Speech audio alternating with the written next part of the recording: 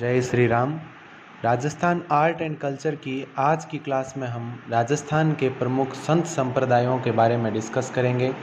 राजस्थान के प्रमुख संत संप्रदाय वाला टॉपिक आपके बीएसटीसी के सिलेबस में भी शामिल है, पीटीटी के सिलेबस में भी, जहां राजस्थान के जीके में राजस्थान के संत संप्रदाय का आपके टॉपिक ऐड किया हुआ है। संत संप्रदाय में हम सबसे पहले भक्ति परंपरा के बारे में देखते हैं। तो दो प्रकार की भक्ति परंपरा अपने राजस्थान में चलती थी, सगुण भक्ति परंपरा और निर्गुण भक्ति परंपरा। सगुण भक्ति परंपरा में गुण और साधन को महत्व दिया जाता था। इसमें साधन के रूप में भगवान को प्राप्त करने के जो साधन है उसमें माला, भजन, मूर्ति, कीर्तन, संगीत, इस रूप में इनको ये साधन काम में लिए जाते थे भक्ति के लिए। और निर्गुण भक्ति परंपरा में गुण और साधन को महत्व नहीं दिया जाता था, अर्थात उसका विरोध किया जाता था। सगुण भक्ति परंपरा में ईश्वर को एक साकार रूप में देखा जाता था और निर्गुण भक्ति परंपरा में ईश्वर को निराकार रूप में देखा जाता था। सगुण भक्ति परंपरा के अपने राजस्थान में जो प्रमुख संत हुए उनमें एक मीराबाई, गौरीबाई, भक्त कवि दुर्लभ। निर्गुण भक्ति परंपरा में अपने जाम्बो जी, जसनाथ जी, रामचरण जी, दरियाव जी, हरिराम जी, रामदास जी, दादू दयाल जी, सुंदरदास जी, रज्जब जी, बखना जी, लालदास जी, संतदास जी, लालगिरी जी, पीपा जी, धन्ना जी, सदना जी, कबीर, रेदास आदि ये सब शामिल हुए थे। इसके अतिरिक्त शैव संप्रदाय, वैष्णव संप्रदाय, जिनमें यमुनाचार्य, निम्बार्काचार्य, रामानुज, रामानंद, माधवाचार्य और वल्लभ संप्रदाय, जिनके प्रमुख आपके पीठाधीश जो वल्लभाचार्य थे, ये सभी आपके सगुण भक्ति परंपरा के शामिल थे और ये आपके निर्गुण भक्ति परंपरा के सारे साधक थे। तीसरा फैक्ट आता है सगुण निर्गुण मिश्रित भक्ति परंपरा, मतलब जो सगुण को भी प्राथमिकता देते थे और निर्गुण को भी प्राथमिकता, मतलब दोनों की मिश्रित जो भाव से बने हुए थे। इनमें आपके तीन शामिल थे, एक संत माव जी, एक हरि सिंह सांखला और एक चरणदास जी। जो संत माव जी है वो निष्कलंक संप्रदाय से संबंधित थे। हरि सिंह सांखला ने कौन सा संप्रदाय चलाया? निरंजनी संप्रदाय। और चरणदास जी ने चरणदासी संप्रदाय चलाया था।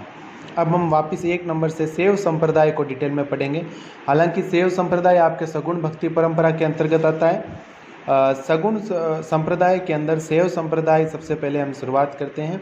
ये भगवान शिव की पूजा करता है, जैसे कि नाम में शैव आया हुआ है तो आप इसी भी ट्रिक से याद कर सकते हैं। देखो, दक्षिण भारत में शैव संतों को नैनार कहा जाता है। नैनार क्या होता है? दक्षिण भारत में शैव संतों को नैनार कहा गया। नैनार संतों की कुल संख्या 63 थी। अपने भारत में नैनार संतों की कुल संख्या 63 थी। अब देखो, शैव संप्रदाय की शाखा है जिसमें नाथ संप्रदाय, लकुली संप्रदाय, कापालिक, लिंगावत और कश्मीरी शैव, ये सभी शैव संप्रदाय की अन्य पीठें हैं। अब हम नेक्स्ट देख रहे हैं नाथ संप्रदाय। नाथ संप्रदाय के आपके प्रवर्तक थे मत्स्येंद्र नाथ। देखिए नाथ है पीछे, तो आपके मत्स्येंद्र नाथ आपको याद रह जाएगा। योगिनी कौल, नाथ मुनि, लुई सिद्धपाद जो तिब्बत के थे, ये सभी आपके नाथ संप्रदाय के प्रवर्तक थे। योग संप्रदाय भी कहते हैं नाथ संप्रदाय को, अवधूत संप्रदाय भी कहते हैं, सिद्ध मत, सिद्ध मार्ग संप्रदाय भी नाथ संप्रदाय के ही अन्य नाम है। भगवान शिव को ये आदि योग या आदिनाथ के नाम से जानते हैं और ये सर्वाधिक महत्व योग को देते हैं, मतलब योगा को महत्व ज़्यादा देते हैं। नेक्स्ट है मत्स्येंद्र नाथ, जो कि इसके प्रवर्तक थे। मत्स्येंद्र नाथ जो थे उनके शिष्य थे, दो शिष्य थे, एक जालंधर नाथ और एक थे गोरखनाथ। जालंधर नाथ ये थे आपके बालनाथ के रूप में भी इनको जाना जाता है और जालोर के सिरे मंदिर को केंद्र बनाया। जालोर के सिरे एक मंदिर था जिनको इन्होंने, सिरे मंदिर को इन्होंने क्या बनाया? अपना केंद्र बनाया था। और गोरखनाथ जो थे वो हठ योग के प्रवर्तक थे और प्रसिद्ध शिष्य थे इनके भर्तहरि। और इन जिनकी समाधि बनी हुई है आपके धूणा, जो कि आपके सरिस्का जंगल अलवर के अंदर समाधि बनी हुई है भर्तहरि जी की। और प्रसिद्ध शिष्य थे ये गोरखनाथ के, और गोरखनाथ स्वयं शिष्य थे मत्स्येंद्र नाथ के। अब हम पढ़ेंगे नाथ संप्रदाय के प्रमुख पंथ। तो नाथ संप्रदाय के प्रमुख रूप से आपके दो पंथ है, एक बैराग पंथ और एक है मान पंथ, जिसे पाव पंथ भी कहा जाता है। तो जो बैराग पंथ है ये आपके राताडुंडा पुष्कर के निकट नागौर में है। और मान पंथ या जो पाव पंथ है ये आपके महामंदिर या उदय मंदिर जोधपुर में है, जो आपके महाराजा मान सिंह के द्वारा ये उदय मंदिर बनाया गया था और जिसमें 80 खंभे हैं। और मंदिर को नाथ संप्रदाय में मठ कहा जाता है। ये आपके नाथ संप्रदाय कंप्लीट हुआ। नाथ संप्रदाय से रिलेटेड क्वेश्चन कई बार कंपटीशन एग्जाम में पूछे गए हैं। 2 नंबर है अपने पाशुपात या जिसे एक और अन्य नाम है लकुली संप्रदाय। पाशुपात या लकुली संप्रदाय के प्रवर्तक आपके लकुली ऋषि हैं। आगे हैं, दिन में अनेक बार ये लोग पूजा करते हैं। इस संप्रदाय के लोग राजस्थान में इनका एकमात्र मंदिर एकलिंगनाथ जी का मंदिर है, जो कि कैलाशपुरी गांव उदयपुर में है, जिसका निर्माण बप्पा रावल द्वारा हारित ऋषि से जिनका संबंध था, हारित ऋषि की गायें चराते थे बप्पा रावल द्वारा निर्माण करवाया गया था। 3 नंबर है आपके कापालिक संप्रदाय। ये भैरव के रूप में शिव की पूजा करते हैं और कापालिक संप्रदाय के जो संत हैं वो तांत्रिक विद्या जानते हैं और ये शमशानवासी होते हैं, अर्थात शमशान में रहते हैं। ये तांत्रिक नर बलि में विश्वास करते हैं, सूरापान करते हैं और इनके 6 चिन्ह होते हैं जो आपको स्पेशली याद करने हैं: माला, भूषण, कुंडल, रत्न, भस्म और उपवीत। नेक्स्ट है आपके लिंगायत संप्रदाय। ये इतना इम्पोर्टेंट नहीं है, बस इसका प्रवर्तक याद रखें वासव। और लास्ट है कश्मीरी शैव संप्रदाय। तो ये आपका शैव संप्रदाय कंप्लीट हुआ। शैव संप्रदाय में सबसे इम्पोर्टेंट नाथ संप्रदाय था आपके और लकुलिस या पाशुपात संप्रदाय था। 2 नंबर पे हम देखते हैं वैष्णव संप्रदाय। इसको भी हमने सगुण भक्ति परंपरा के अंतर्गत पढ़ा था। ये भगवान विष्णु की पूजा में विश्वास करते हैं और ये देखो समर्थन तो करते थे संगीत, नृत्य और भजन का, लेकिन ये लोग भी विरोध करते थे नर बलि या पशु बलि या कर्मकांड का। देखो संगीत, नृत्य और भजन का समर्थन करते थे वैष्णव संप्रदाय के लोग और नर बलि, पशु बलि और कर्मकांड का विरोध करते थे। राजस्थान में सर्वप्रथम जो प्रमाण है वो आपको देखो गोसुंडी शिलालेख से प्राप्त हुआ था। ये आपके 2वीं शताब्दी का एक शिलालेख है, गोसुंडी शिलालेख। गोसुंडी शिलालेख चित्तौड़गढ़ में मिला था, एक मंदिर के बाहर लगी हुई शिला थी ये। यहीं से वैष्णव संप्रदाय के सर्वप्रथम प्रमाण आपको हासिल हुए थे। नेक्स्ट है पंचरात्र या भागवत संप्रदाय। ये आपके वैष्णव संप्रदाय को इस नाम से जाना जाता है। पंचरात्र से यहाँ मतलब बलराम था और श्री कृष्ण, संकर्षण, प्रद्युम्न, सांब्र इन सब से संबंधित था ये, इसलिए इसको पंचरात्र के नाम से जाना जाता है। 1, 2, 3, 4, 5 इन 5 से संबंधित है संप्रदाय। वैष्णव संप्रदाय से संबंध, अब देखो इससे संबंधित भक्ति आंदोलन चलाया गया था शंकराचार्य के द्वारा दक्षिण भारत में।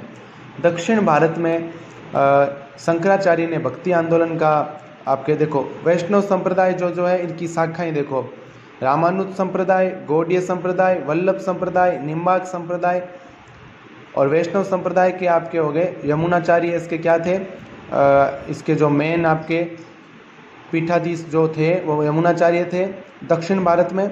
और निम्बार्काचार्य ने निम्बार्क संप्रदाय चलाया, वल्लभाचार्य ने वल्लभ संप्रदाय चलाया। और देखो इधर रामानुज के शिष्य थे रामानंद, जिन्होंने रामानंद संप्रदाय चलाया। अब उसी रामानुज संप्रदाय को हम आगे देखते हैं कि जो रामानुज संप्रदाय है ये रामानुज ने चलाया था, जो कि यमुनाचार्य के क्या थे, शिष्य थे। इनका जन्म हुआ था 1017 ईस्वी तमिलनाडु में हुआ था।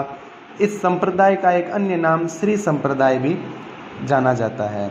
ये राम को परम ब्रह्मा मानकर पूजा करते थे इस संप्रदाय के लोग, और इस संप्रदाय का एक अन्य नाम रामावत संप्रदाय भी माना जाता है।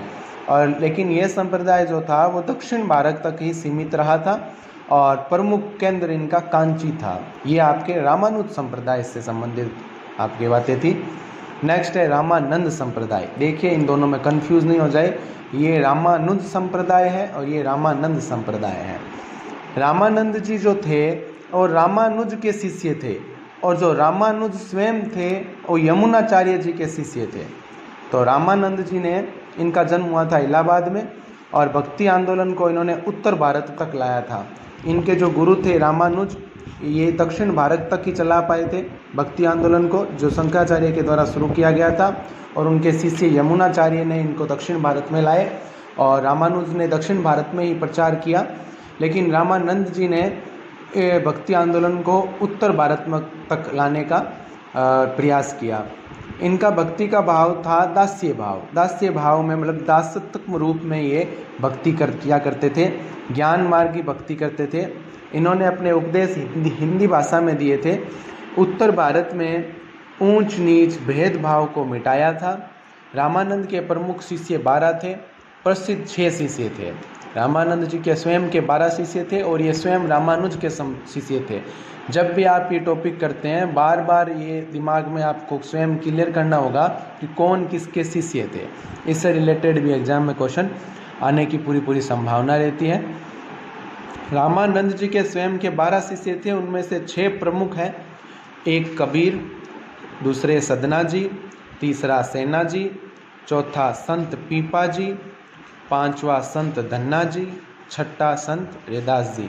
देखिए शिष्य 12 थे, उनमें से इन 6 का नाम ही आपको बार बार सुनने को मिलेगा, इसलिए 6 प्रमुख शिष्यों में माने जाते हैं। देखो रामानंद जी थे वो सगुण थे, लेकिन जब इनके शिष्यों की बात की जाती है तो इन्होंने निर्गुण भक्ति परंपरा को प्रोत्साहन दिया था। रामानंद जी तक सगुण भक्ति परंपरा की चली थी, लेकिन उनके बाद जो उनके शिष्य हुए थे वो निर्गुण थे, मतलब निर्गुण भक्ति परंपरा का समर्थन कर रहे थे। रामानंद जी के शिष्य थे, एक शिष्य थे अनंतानंद जी। अनंतानंद जी के शिष्य थे कृष्णदास पैहारी। कृष्णदास पैहारी के शिष्य थे अग्रदास जी। अग्रदास जी के शिष्य थे किल्हणदास जी। देखिए एक पूरी शिष्यों की आपके चेन मैंने बना के समझाई है। रामानंद जी के शिष्य थे अनंतानंद जी।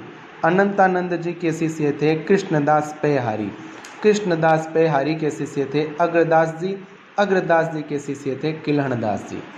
अब इनमें जो ये कृष्णदास जी है ये इम्पोर्टेंट है, क्योंकि दूध पीने के कारण इनका नाम कृष्णदास पैहारी बना। पैहारी जो पीने के योग्य हैं, जो पीता है।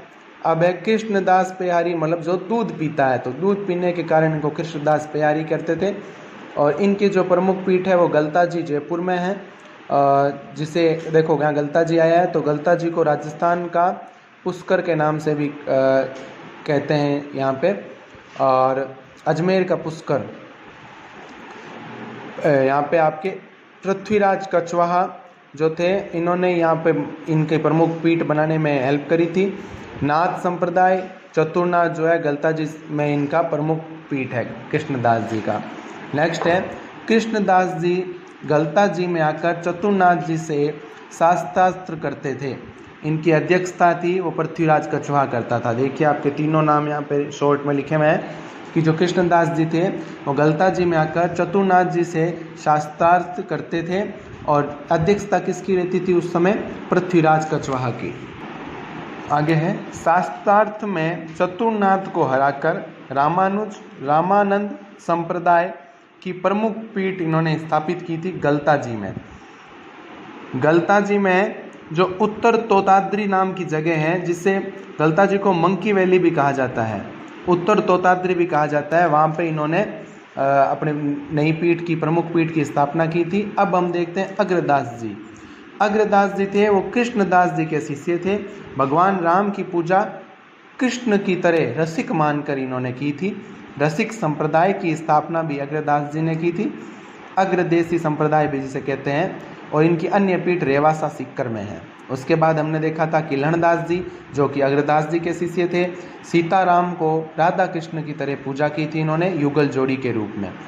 रसिक संप्रदाय के प्रमुख ग्रंथ थे ध्यान मंजरी, राम रासा, और रसिक संप्रदाय का एक अन्य नाम जानकी संप्रदाय भी आपको राजस्थान में जीके में कहीं ना कहीं मिल जाएगा।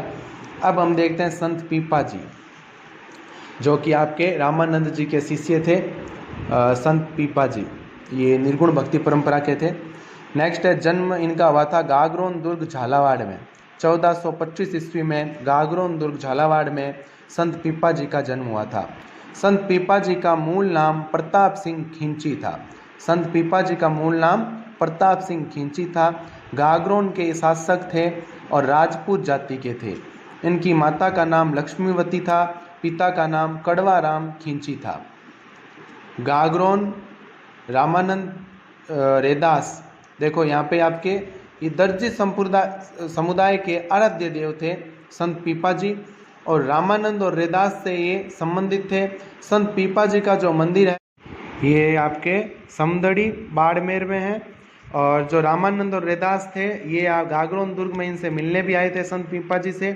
संत पीपा जी की छत्री है वो गागरोन दुर्ग में ही है। राजस्थान में निर्गुण भक्ति परंपरा की अलख जगाने वाले प्रथम व्यक्ति आपके संत पीपा जी थे। राजस्थान में निर्गुण भक्ति परंपरा की अलख जगाने वाले प्रथम व्यक्ति थे संत पीपा जी। देखो यहाँ पे आपके एक गुफा भी बनी हुई है गागरोन दुर्ग के पास, वहाँ पे इन्होंने तप भी वहीं किया, इन्होंने ज्ञान प्राप्ति भी वहीं की और इनकी मृत्यु भी वहीं हो गई। टोंक के पास में जो एक गुफा बनी हुई है वहीं पे। नेक्स्ट है आपके, और एक जो ग्रंथ है जोग चिंतामणि ग्रंथ, ये भी संत पीपा जी के द्वारा लिखा गया था। नेक्स्ट है अपने संत रैदास। संत रैदास को रविदास जी के नाम से भी जाना जाता है। इनकी जाति जो थी वो चरमार या चरमकार जाति थी, और संत रैदास जो है वो मीराबाई के गुरु भी थे, और मीराबाई के बुलाने पर चित्तौड़गढ़ आए थे। इनका जन्म काशी में हुआ था। इनके भजन है वो गुरु ग्रंथ साहिब में भी संग्रहित है। अब देखिए रायदासी संप्रदाय जो है वो संत रैदास या रविदास जी के द्वारा चलाया गया था। संत रैदास की पर्ची नाम से इनके ग्रंथ जो है वो पढ़े जाते हैं या लिखे जाते हैं। इनकी जो छत्री है वो चित्तौड़गढ़ दुर्ग में ही है। मीरा के बुलाने पर ही चित्तौड़गढ़ गए थे, मीरा इनकी शिष्या थी। नेक्स्ट है अपने संत धन्ना जी। संत धन्ना जी की जाति थी जाट। राजस्थान में निर्गुण भक्ति परंपरा के प्रथम संत थे आपके संत धन्ना जी।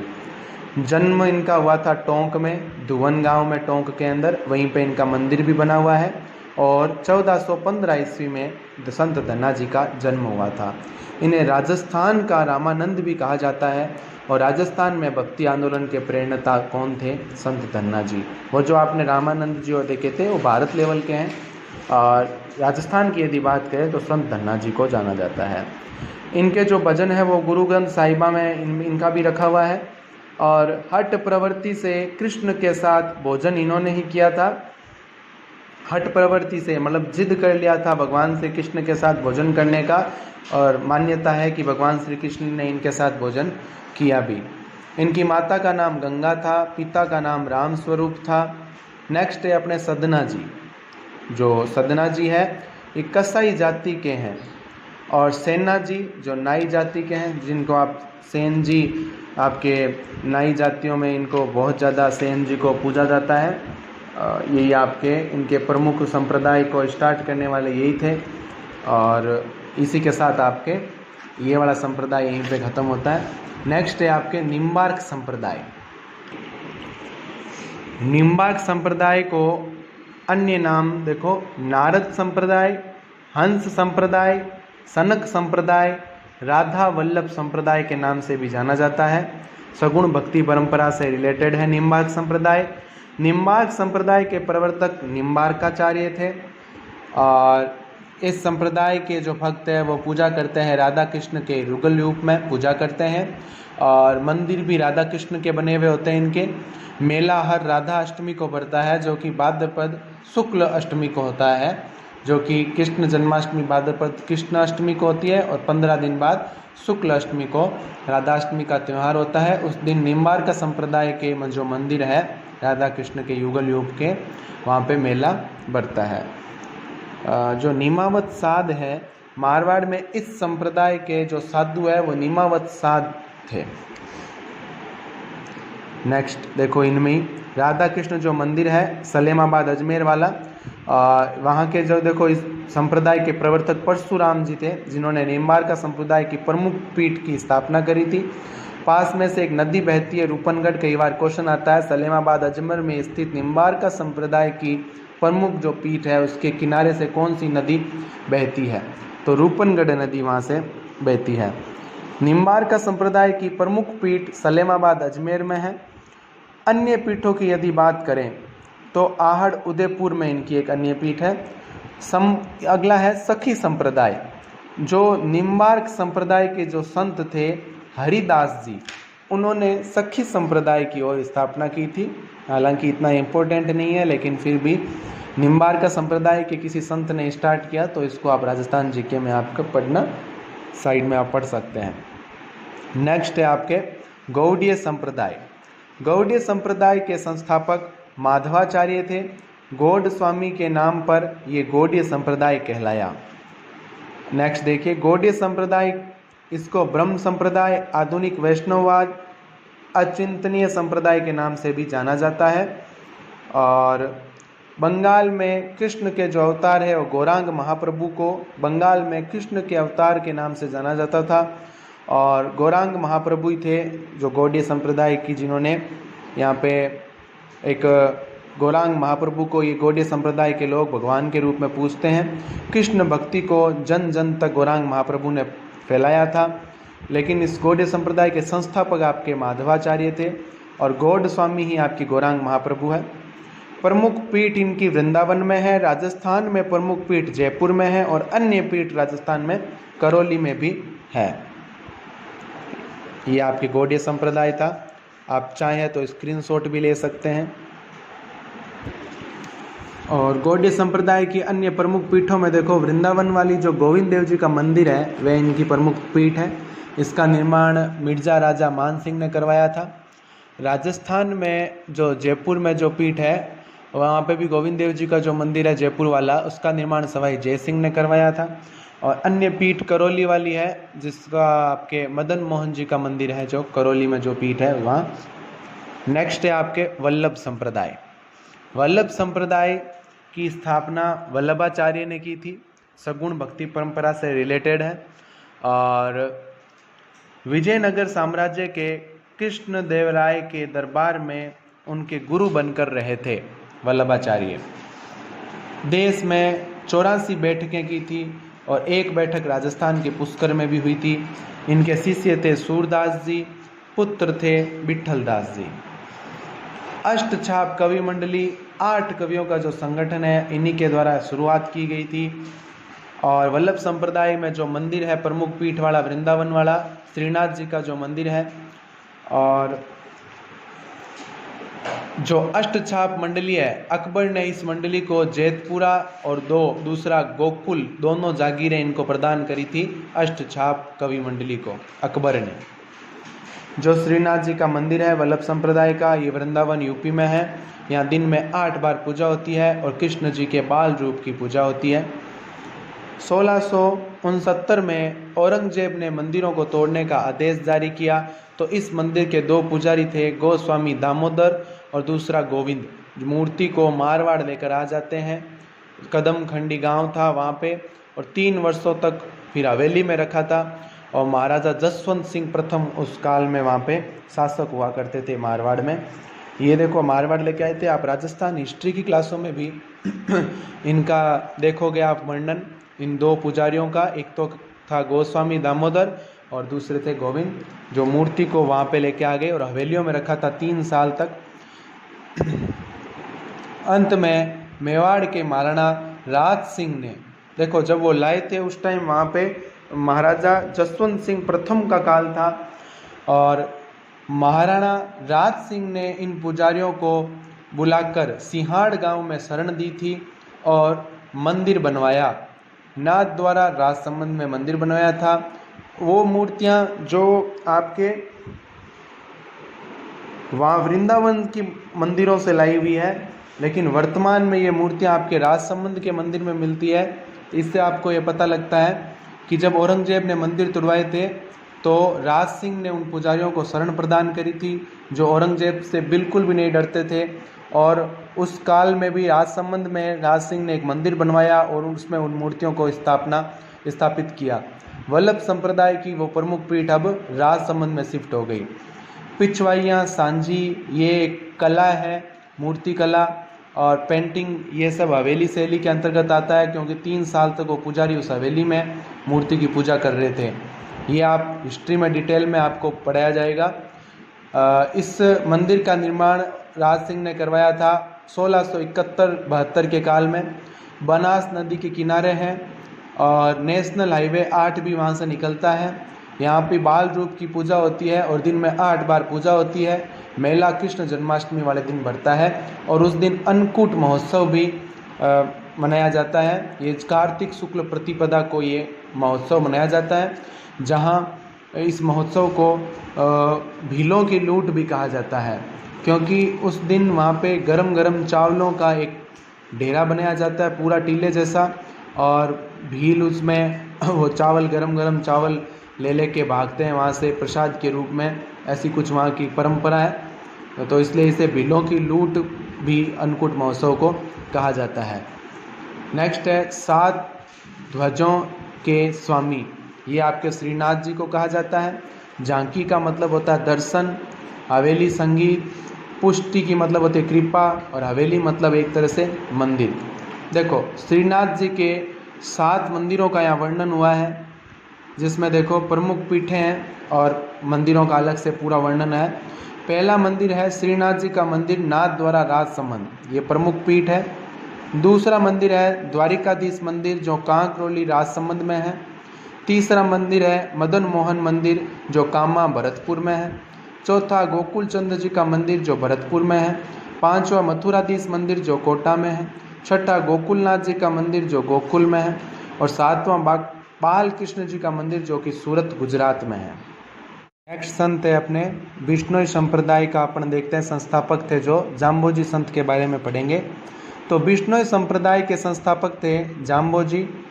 जाम्बोजी का जन्म 1451 में हुआ था। भाद्रपद कृष्ण अष्टमी को नागौर के पीपासर गांव में हुआ था। जाम्बोजी की माता का नाम हंसाबाई और पिता का नाम लोहट जी पंवार था। जाम्बोजी का मूल नाम धनराज भी था। विश्व पर्यावरण आंदोलन के प्रथम प्रेरणता यदि कोई है तो वह जाम्बोजी हैं। पंवार वंशीय राजपूत थे ये, और इन्होंने 20+9 = 29 नियम भी दिए थे, इसीलिए विश्नोई भी शब्द की उत्पत्ति इसी से माना जाता है। और 120 शब्द थे इनके, 8 नियम दिए थे 29 में से, जो पर्यावरण रक्षा हेतु थे। निर्गुण निराकार विष्णु की उपासना करते थे। विष्णोई संप्रदाय के लोग पवित्र मानते हैं शमी अर्थात खेजड़ी को और दूसरा हिरण को। इनके समकालीन सिकंदर लोदी और राव लूणकर्ण थे। हरे पेड़ों की कटाई पर रोक व पशुओं की हत्या पर रोक भी इनके द्वारा लगाई गई, जाम्बोजी से प्रेरित होकर। जाम्बोजी का जो पेनोरमा बना हुआ है वो पीपासर में बना हुआ है, और समराथल दोहरा जो है, जिसे धोक दोहरा भी कहते हैं, वहाँ पर जाम्बोजी ने तपस्या की थी, ज्ञान प्राप्ति की थी। प्रथम उपदेश भी उसी दोहरे पर दिया था। बिश्नोई संप्रदाय का प्रतिपादन भी उसी दोहरे पे किया है, इसीलिए उस दोहरे पर आपके बहुत श्रद्धालु आज भी जाते हैं और बहुत ज़्यादा वहाँ पे अपनी जो भी मांग होती है वो वहाँ पे रख के आते हैं। और बिश्नोई संप्रदाय की जो प्रतिपादन है ये जाम्बोजी ने 1485 में करी थी। मुकाम तालवा है और जाम्बोजी की समाधि बनी हुई है मुकाम में, और विश्नोई संप्रदाय की प्रमुख पीठ भी मुकाम में है। मेला 2 बार बढ़ता है, एक आश्विन अमावस्या को और दूसरा फाल्गुन अमावस्या को। प्रमुख ग्रंथ बिश्नोई संप्रदाय के प्रमुख ग्रंथ में एक है जंब सागर, जिसमें 29 नियमों व 120 शब्दों का उल्लेख है, और एक जंब गीता है जो विश्नोई धर्म का 5वां पद और 19वां पुराण, 5वां वेद और 19वां पुराण माना जाता है। जंब संहिता, विश्नोई धर्म प्रकाश, जंब वाणी जिसमें उपदेश है जाम्बोजी के, ये सभी आपके विश्नोई संप्रदाय के प्रमुख ग्रंथ। नेक्स्ट है लालासर। लालासर बीकानेर में जाम्बोजी को निर्वाण की प्राप्ति हुई थी। रामड़ावास जो जाम्बोजी से संबंधित है, जाम्बोजी ने अपने शिष्यों को यहाँ उपदेश दिए थे। रामड़ावास आपके जोधपुर में है। नेक्स्ट है आपके जाम्बोलाव, जोधपुर में है। पुष्कर के समान एक पवित्र तालाब है और जिसका निर्माण करवाया था जैसलमेर के शासक जैत्र सिंह ने, इसका निर्माण करवाया था जाम्बोलाव का। अब है आपके सांथरी, जहाँ जाम्बोजी ने उपदेश दिए वे स्थान आपके सांथरी कहलाता है। विश्व का प्रथम पर्यावरण वैज्ञानिक यदि कोई संत है तो वह संत जाम्बोजी थे, क्योंकि इन्होंने पर्यावरण में जो भी पेड़ पौधे पशु पक्षी जितने भी थे इन सब की रक्षा हेतु अपना जीवन, पूरा जीवन उन्होंने लगा दिया, और अपने जो भी शिष्य थे उन सभी को भी आगे पर्यावरण की रक्षा हेतु इतना प्रेरित किया। अपने 29 जो नियम दिए उनमें से मात्र 8 केवल और केवल पर्यावरण के संरक्षण हेतु है। इन्होंने हिरण की जो शिकार था उस पर भी प्रतिबंध लगाने हेतु जीवन पर्यंत प्रयास किया था, और इसीलिए विश्नोई संप्रदाय के लोग हिरण को बहुत पवित्र मानते हैं, और उस पर कोई भी शिकार यदि करता भी है तो सबसे पहले जो उंगली उठाता है वो विश्नोई समुदाय होता है। तो हमें इस संतों को आज भी बहुत ज़्यादा मानना चाहिए, और केवल विश्नोई संप्रदाय नहीं अपितु हर संप्रदाय को इससे सीख लेनी चाहिए। गोरा व कर्मा, 2 विश्नोई समाज की महिलाओं ने सबसे पहले पर्यावरण की रक्षा के लिए बलिदान दिया था। तो गोरा व कर्मा को भी विश्नोई संप्रदाय में बहुत से पूजा जाता है। मृत्यु 1536 में हुई थी इनकी जाम्बोजी की। मुकाम नोखा में हुई थी, आपके नोखा के मुकाम में हुई थी। और विश्नोई संप्रदाय के लोग कभी भी भेड़ नहीं पालते और नीले वस्त्र नहीं पहनते हैं। नेक्स्ट है हमारे जसनाती संप्रदाय। जसनाती संप्रदाय के संस्थापक जसनाथ जी जाट थे। इन्होंने 36 नियम दिए थे और 150 शब्द दिए थे अपने ग्रंथ में। और जसनाथ जी जाट का जन्म हुआ था 1482 में, और ये डाबला तालाब में तैरते हुए मिले थे अमीर जी जाट व रूपा दे को। तो इनको ही इनका संरक्षक कह सकते हो, पालनहार कह सकते हो, क्योंकि जाम्बो जी का जन्म इनके घर नहीं हुआ था बल्कि डाबला तालाब में तैरते हुए जसनाथ जी मिले थे, जसनाथ जी। और 12 वर्षों तक कठोर तप किया था इन्होंने गोरखमालिया कत्रियासर में। सिकंदर लोधी राव लूणकरण ने कत्रियासर में इनको भूमि प्रदान की थी 500 बीघा। जसनाथ जी ने निर्गुण निराकार ब्रह्मा की उपासना पर बल दिया था। ये जसनाती संप्रदाय के लोग आज भी पवित्र मानते हैं। एक तो ऊन का धागा, जाल का वृक्ष और मोरपंख, इन तीनों को जसनाती संप्रदाय के लोग बहुत पवित्र मानते हैं।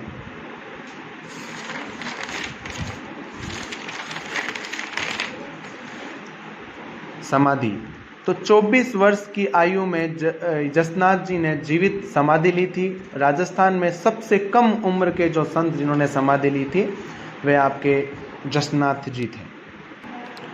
अग्नि नृत्य, अग्नि नृत्य जसनाथ जी की आराधना में किया जाने वाला एक नृत्य है। इनके भोपे अग्नि नृत्य करते हैं और बहुत ही फेमस है ये। पूरे भारत में अग्नि नृत्य केवल और केवल जसनाथ जी के जो अनुयायी है वो करते हैं। आपके बीकानेर के आसपास कत्रियासर वाले गांव में आपके अग्नि नृत्य किया जाता है। इनके प्रमुख जो ग्रंथ है वो सिद्ध जीरो सिर लोको, सिंभुदड़ा, कोंडा, गोरखछंद, इस नाम से इनके प्रमुख ग्रंथ हैं। अनुयायी सिद्ध कहलाते हैं, परमहंस कहलाते हैं, जसनाथी कहलाते हैं। सिद्ध जो होते हैं वो मंदिरों में पूजा करते हैं, परमहंस है वो विरक्त व अविवाहित रहते हैं, और जो जसनाती है वो गृहस्थी जाट है वो जसनाती कहलाते हैं। विरक्त और अविवाहित रहते हैं वो परमहंस कहलाते हैं, और मंदिरों में पूजा करने वाले सिद्ध कहलाते हैं। प्रमुख पीठ हैं, एक तो है इनकी बमलू बीकानेर में, मालासर जो बीकानेर में इनकी प्रमुख पीठ एक और है, लिखमादेसर बीकानेर, पांचला नागौर और पूनरासर बीकानेर में जसनाती संप्रदाय की प्रमुख पीठें हैं। यशोनाथ पुराण, जसनाथ जी के शिष्य यशोनाथ द्वारा रचित एक यशोनाथ पुराण है जो जसनाथियों के लिए बाइबिल के समान प्रसिद्ध है, या बाइबिल के समान पवित्र एक जो पुराण है, ग्रंथ है, वो है आपके यशोनाथ पुराण। अगला है अपने लालदासी संप्रदाय। लालदासी संप्रदाय भी निर्गुण भक्ति परंपरा को फॉलो करता है। लालदासी संप्रदाय के संस्थापक थे संत श्री लालदास जी। अब हम यहाँ लालदास जी के बारे में परिचय देखेंगे कि जो संत लालदास जी है इनका जन्म आपके धौली धू गांव अलवर में हुआ था। इनको ज्ञान की प्राप्ति तिजारा अलवर में हुई थी। और लालदासी संप्रदाय की जो प्रधान पीठ है ये नगला जहाज भरतपुर के अंदर नगला जहाज नाम की एक जगह है, वहाँ संत श्री लालदास जी ने इस पीठ की स्थापना करी थी, और ये लालदासी संप्रदाय की प्रधान पीठ है। संत श्री लालदास जी की समाधि शेरपुरा गांव अलवर में बनी हुई है। संत श्री लालदास जी के गुरु का नाम गदन चिश्ती था। लालदास जी मेव जाति के मुसलमान थे, इसलिए ये एकमात्र मुस्लिम संप्रदाय के नाम से भी जाना जाता है, क्योंकि लालदास जी स्वयं जो थे वो मेर जाति के मुसलमान थे। इधर देखिए आप, जो लालदासी संप्रदाय है ये लोकप्रिय मेवात क्षेत्र में है, और मेवात से यहाँ अलवर भरतपुर का एरिया है। इस संप्रदाय के साधु जो है वो स्वयं कमाना आवश्यक जरूरी है। यहाँ भिक्षा को प्राथमिकता नहीं दी जाती है, मतलब इस संप्रदाय के जो भी साधु हैं उन्हें स्वयं कमा करके और गुजारा चलाना पड़ता है यहाँ। और जब दीक्षा ली जाती है, मतलब इस संप्रदाय से जुड़ने वाले जितने भी साधु हैं, दीक्षा लेते समय उन्हें गधे पर बिठाया जाता है, उनका मुंह काला किया जाता है, उन्हें जूतों की माला पहनाई जाती है और उन्हें पूरे गांव में पहले घूमना अनिवार्य है। फिर उन्हें वहाँ शरबत पिला करके और इस संप्रदाय में शामिल कर लिया जाता है। तो ये शर्त है इस संप्रदाय में एंट्री होने से पहले। तो एकमात्र ऐसा संप्रदाय आप इसके बारे में विशेष रूप से पढ़ सकते हैं कि संप्रदाय में जुड़ने के लिए आपको गधे पर बिठाया जाएगा, मुंह काला किया जाएगा, जूते की माला पहनाएंगे और पूरे गांव में घुमाकर अंत में शरबत पिलाते हैं और इस संप्रदाय से जोड़ा जाता है। मुस्लिम संप्रदाय के नाम से भी लालदासी संप्रदाय जाना जाता है, और एकमात्र संप्रदाय जो मुस्लिम संप्रदाय होते हुए भी वैष्णव संप्रदाय की पालना करता है। यह संप्रदाय वैष्णव संप्रदाय की पालना करता है। आप स्क्रीनशॉट ले सकते हैं और इसके नोट्स बना सकते हैं। अगला है अपने प्राणनाथी संप्रदाय। इसके बारे में ज़्यादा डिटेल में नहीं करना, बस इतना ध्यान रखें, ये आपके प्राणनाथ जी ने इसकी स्थापना करी थी जामनगर गुजरात में। राजस्थान में इसकी सिर्फ पीठ मात्र है, इसकी प्रधान पीठ तो जामनगर गुजरात में है, राजस्थान में इसकी पीठ जयपुर में है।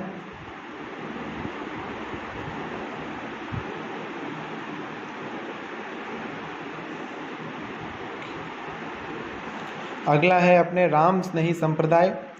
वैष्णव मत, देखो रामचरण जी ने इसकी स्थापना करी थी और वैष्णव मत की निर्गुण भक्ति उपासक जो थे वो इनके रामचरण जी थे और इनके गुरु थे कृपाराम जी, और स्थापना रामानंद के शिष्यों के द्वारा की गई थी। इस संप्रदाय के साधु गुलाबी वस्त्र धारण करते हैं तथा दाढ़ी मूछ नहीं रखते हैं। ये संप्रदाय की खासियत है। इस संप्रदाय के साधु गुलाबी वस्त्र धारण करते हैं तथा दाढ़ी मूछ नहीं रखते हैं। इस संप्रदाय की जो प्रधान पीठ है वो शाहपुरा भीलवाड़ा में है। इसकी शाखाएं हैं शाहपुरा भीलवाड़ा में, संस्थापक है रामचरण जी। जो शाहपुरा भीलवाड़ा वाली शाखा है वहाँ के संस्थापक है रामचरण जी। रैण नागौर में जो शाखा है उसके संस्थापक दरियाव जी, और शीतल बीकानेर में है उसके हरिदास जी, और सन्ना निशानी खेड़ापा जोधपुर वाली शाखा के संस्थापक रामदास जी है। अगला संप्रदाय है राजा राम संप्रदाय। इसके संस्थापक राजा राम जी हैं।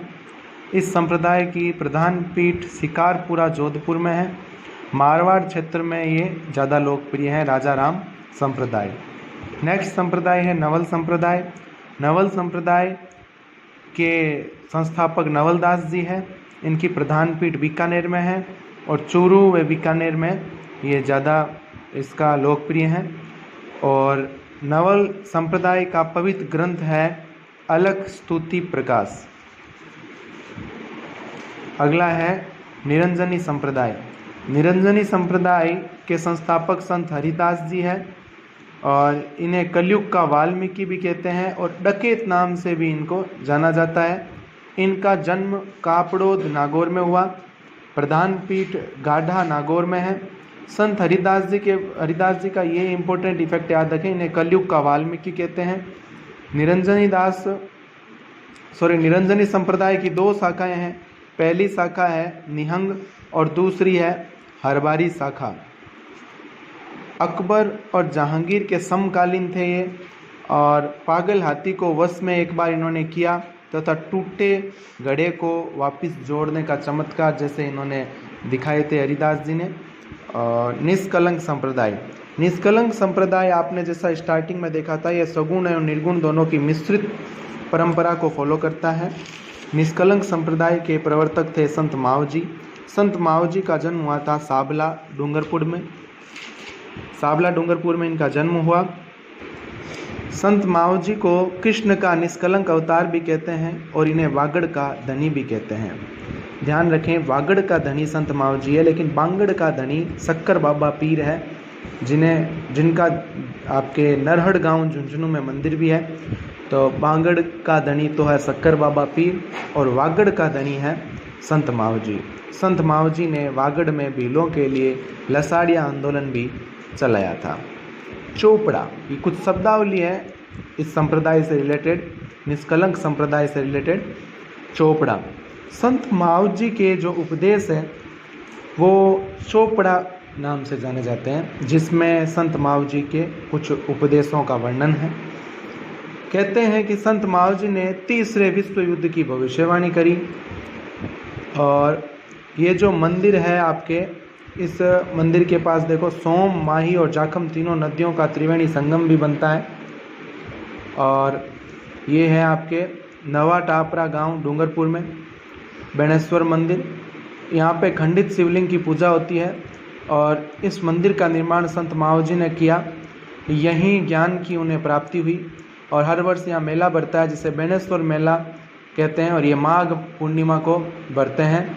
आदिवासियों का कुंभ कहलाता है।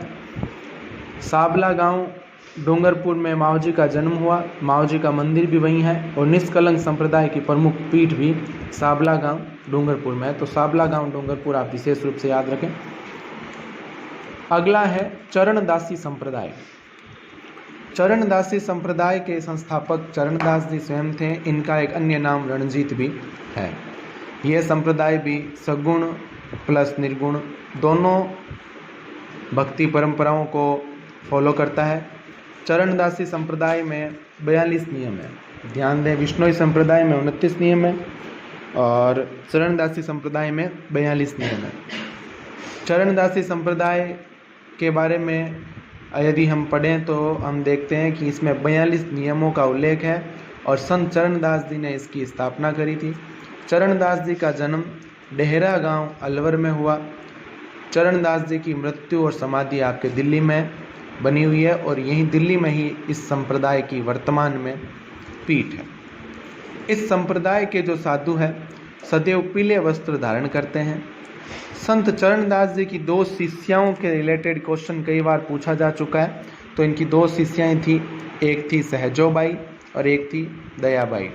जो इनकी एक शिष्या सहजोबाई है, सहजोबाई जिन्हें मत्स्य संघ की मीरा भी कहते हैं और राजस्थान की प्रथम महिला साध्वी, राजस्थान की सबसे पहली महिला साध्वी होने का प्रमाण आपको सहजोबाई का ही मिलता है। और ये सहजोबाई चरणदास जी की शिष्या थी। चरणदास जी की 2 शिष्या थी, एक सहजोबाई और एक दयाबाई।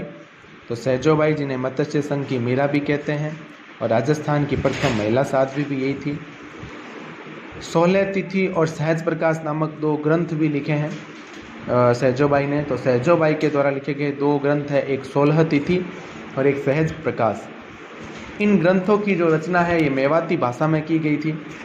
इनकी दूसरी शिष्या है दयाबाई। दयाबाई ने भी 2 ग्रंथ लिखे, एक दयाबोध और दूसरा है विनय मल्लिका। दयाबोध और विनय मल्लिका दोनों ग्रंथ आपके दयाबाई ने लिखे और दयाबाई चरणदास जी की शिष्या थी। तो इस प्रकार इनकी दोनों शिष्याओं के बारे में अच्छे से अध्ययन कर लें। चरणदास जी के बारे में एक ये फैक्ट भी है कि चरणदास जी ने दिल्ली पर हुए, दिल्ली में 1739 में एक आक्रमण हुआ था जो नादिर शाह ने किया था। कहते हैं इस आक्रमण की चरणदास जी ने पहले ही भविष्यवाणी कर रखी थी कि उत्तर की ओर से एक आक्रमण होगा। तो चरणदास जी ने दिल्ली पर हुए 1739 में नादिर शाह के आक्रमण की भविष्यवाणी करी थी। अगला है गुद्दड़ संप्रदाय। इस संप्रदाय के आपके प्रवर्तक थे संत रामदास जी। ये निर्गुण भक्ति परंपरा को फॉलो करते थे और इस संप्रदाय की प्रमुख पीठ आपके दांतड़ा भीलवाड़ा में है। अगला है आपके परिणामी संप्रदाय। परिणामी संप्रदाय के प्रवर्तक है प्राणनाथ जी और परिणामी संप्रदाय की प्रमुख पीठ है पन्ना शहर, मध्य प्रदेश के पन्ना शहर के अंदर इसकी प्रमुख पीठ है। और राजस्थान में प्रमुख पीठ की यदि बात करें तो जयपुर में है। कुजलम स्वरूप प्राणनाथ जी के उपदेश का आपके सारे कुजलम स्वरूप में आपके सारे उनके उपदेश लिखे हुए हैं। अगला है अलख्या संप्रदाय। अलख्या संप्रदाय के प्रवर्तक है लालगिरी जी। प्रमुख पीठ बीकानेर में है, अन्य केंद्र चूरू में है। चूरू में ही लालगिरी जी का जन्म हुआ था और इनके जो ग्रंथ है उसे अलख स्तुति प्रकाश के नाम से भी जाना जाता है। एक संप्रदाय मीराबाई ने भी चलाया था राजस्थान में, जिसे दासी संप्रदाय के नाम से जाना जाता है। मीराबाई इसकी प्रवर्तक थी। अगला संप्रदाय है तेरापंथी संप्रदाय। तेरापंथी संप्रदाय के प्रवर्तक आचार्य भिक्षु स्वामी हैं, जिनका जन्म कंटालिया में हुआ था। कंटालिया आपके जोधपुर में है। जोधपुर के अंदर कंटालिया गांव है, वहाँ पे आचार्य भिक्षु स्वामी का जन्म हुआ था। इन्होंने तेरापंथी संप्रदाय चलाया था और प्रमुख पीठ भी जोधपुर में ही है। अनुयायी तेरापंथी संप्रदाय के अनुयायी जैन श्वेतांबर थे। अगला है रुद्र संप्रदाय। रुद्र संप्रदाय विष्णु स्वामी के द्वारा चलाया गया था। विष्णु स्वामी का एक अन्य नाम वल्लभाचार्य भी है। मत तो देखें, इनका मत शुद्ध द्वैतवाद था। शुद्ध द्वैतवाद। और कब हुई थी संप्रदाय की स्थापना? तो लगभग 15वीं शताब्दी में मानी जाती है रुद्र संप्रदाय की स्थापना। आप चाहें तो स्क्रीनशॉट लेकर के नोट्स बना सकते हैं। नेक्स्ट हम मीराबाई के बारे में पढ़ेंगे। मीराबाई का जन्म 1498 में हुआ था और इनकी मृत्यु 1546 के आसपास मानी जाती है। तो जन्म 1498 में कुड़की ग्राम पाली में इनका जन्म हुआ था। मीराबाई की माता का नाम वीर कुंवरी था और मीराबाई के पिता का नाम रतन सिंह था, जो बालोली नागौर के पास एक गांव है जहाँ के जागीरदार थे। मीराबाई के दादा का नाम राव दूदा था, जो मेड़ता के थे। और मीराबाई के अन्य नाम पेम्मल और कस्बूबाई भी मीराबाई के नाम होने के कहीं कहीं आपको प्रमाण मिलते हैं। मीराबाई के पति का नाम भोजराज था, जो मेवाड़ के राणा सांगा के पुत्र थे भोजराज। जन्म पाली में हुआ था। मीरा का लालन पालन कहते हैं नागौर में हुआ था और मीराबाई का विवाह चित्तौड़गढ़ में करा दिया गया। मीरांगढ़ दुर्ग है, आज भी कुड़की ग्राम पाली में बना हुआ है मीरांगढ़ दुर्ग। अब देखिए आप, मेड़ता में एक दुर्ग बनाया गया दादूगढ़ दुर्ग, जो दूधा द्वारा बनाया गया, जो मीरा के दादाजी थे। और एक 4 भुजानाथ मंदिर भी बना हुआ है, श्री कृष्ण का मंदिर, जिसे मीरा मंदिर के नाम से भी राजस्थान में जाना जाता है। तो मीराबाई के बारे में आपको इतना ही था। श्री कृष्ण की भक्ति में लीन रहती थी। आगे देखें आप मीराबाई के गुरु के बारे में, तो आप कंफ्यूज ना हो जाएं, इसलिए हमने दोनों गुरुओं का यहाँ जिक्र किया था। पंडित गजाधर मीराबाई के प्रथम गुरु थे और मीराबाई का विवाह 1516 ईस्वी में भोजराज से कर दिया गया था, जो चित्तौड़गढ़ के थे।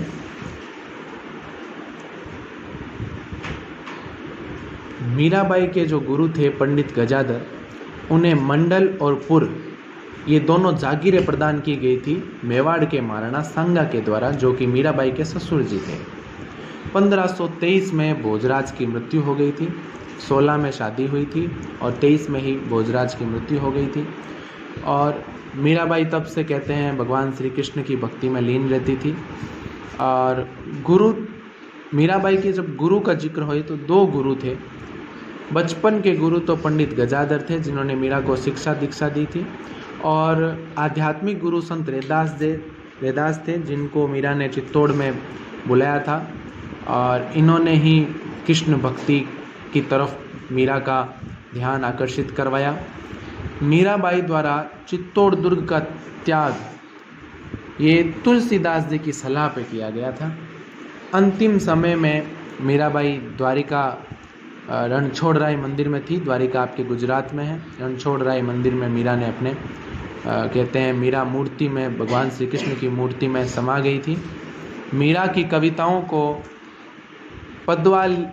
पदावलियाँ कहलाती है। तो मीरा के ऊपर जो कविताएं लिखी, या मीराबाई स्वयं ब्रज भाषा में कविताएं लिखती थी, तो मीराबाई ने ब्रज भाषा में कविताएं लिखी जिन पर गुजराती भाषा का भी थोड़ा प्रभाव है। क्योंकि अंतिम समय में मीरा द्वारिका में थी और द्वारिका आपके गुजरात में है, तो उधर की भाषा का प्रभाव भी है उनमें, पदावलियों में। तो मीराबाई के जीवन पे जो जो ग्रंथ लिखे हुए हैं या मीराबाई ने स्वयं ने जो जो ग्रंथ लिखे थे, उनमें देखो 4 प्रमुख ग्रंथ हैं। सत्यम भामारो रूषणो, रुक्मणी मंगल, गीत गोविंद पर टीका और नस्सी मेहतारी हुंडी, ये सभी ग्रंथ मीराबाई ने लिखे हुए हैं। रत्ना खाती ने मीरा के जीवन पर ब्रज भाषा में नानी बाईरो मायरो ग्रंथ लिखा है। भक्तमाल ग्रंथ से मीराबाई के बारे में जानकारी, ये आपके प्रियदास द्वारा लिखा गया है, भक्तमाल से प्रियदास द्वारा ग्रंथ में। तो भक्तमाल ग्रंथ के रचयिता प्रियदास जी है और इस ग्रंथ में मीराबाई के बारे में आपको जानकारी प्राप्त होती है। नेक्स्ट है आपके गौरीबाई। गौरीबाई का यहाँ पे जिक्र हमने इसलिए किया है क्योंकि इसे वागड़ की मीरा के नाम से जाना जाता है।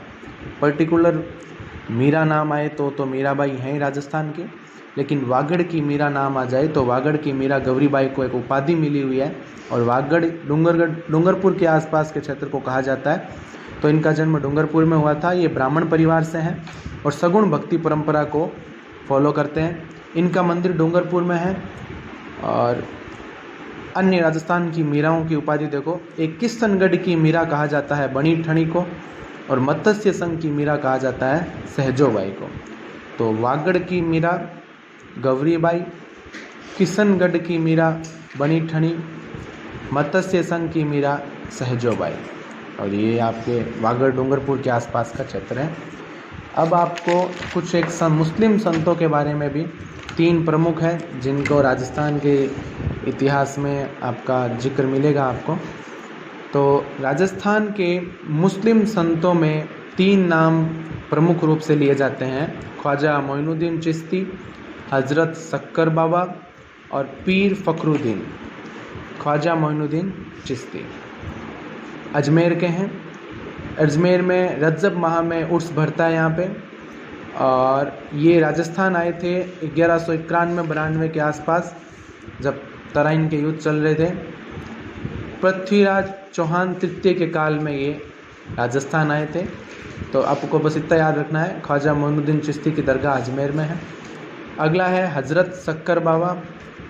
इनके उर्स बढ़ता है जन्माष्टमी के दिन, और ये हैं आपके नरहड़ आपके चिड़ावा झुंझुनू में है। इन्हें बागड़ के धनी, मैंने अभी आपको थोड़ी देर पहले भी यह जिक्र किया था, बागड़ के धनी हज़रत शक्कर बाबा को कहा जाता है। अगले हैं पीर फखरुद्दीन। इनका स्थान है गलियाकोट डूंगरपुर में। दाऊदी बोहरा संप्रदाय के संत है ये। दाऊदी बोहरा एक संप्रदाय है जिसके संत है पीर फखरुद्दीन। इनका उर्स बढ़ता है मुहर्रम की 27 तारीख को। तो इसी के साथ अपने संत संप्रदाय वाला टॉपिक कंप्लीट होता है। धन्यवाद। जय श्री राम। वीडियो पसंद आए तो लाइक, कमेंट, शेयर करें और चैनल को सब्सक्राइब करना ना भूलें। धन्यवाद। जय श्री राम।